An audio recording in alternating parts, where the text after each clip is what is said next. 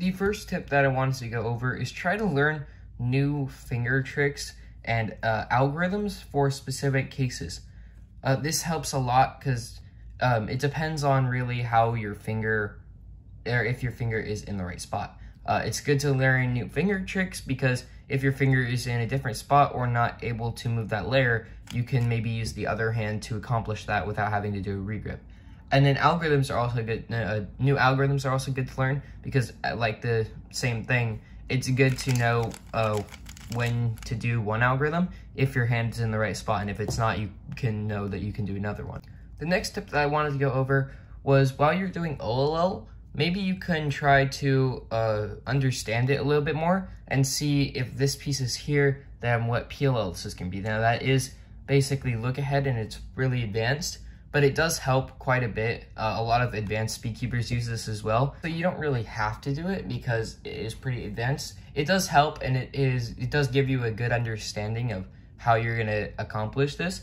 But try not to do it when you're doing a speed solve. I would recommend doing it when you kind of just have off time and you're just looking at the cube and trying to figure out how it works and how to understand it better. Next, try to practice algorithms.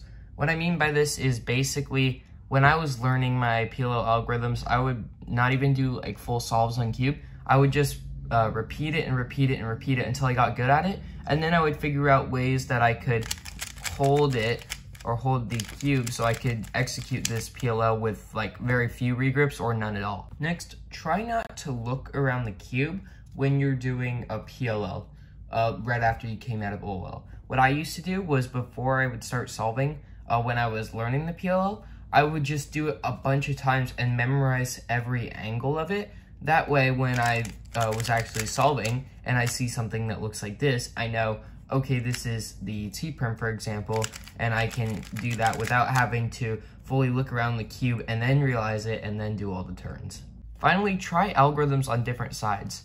This is a good practice to help you become color neutral, because for the last layer, you'll be able to identify like, oh, here, this is a T-perm, I can do that now.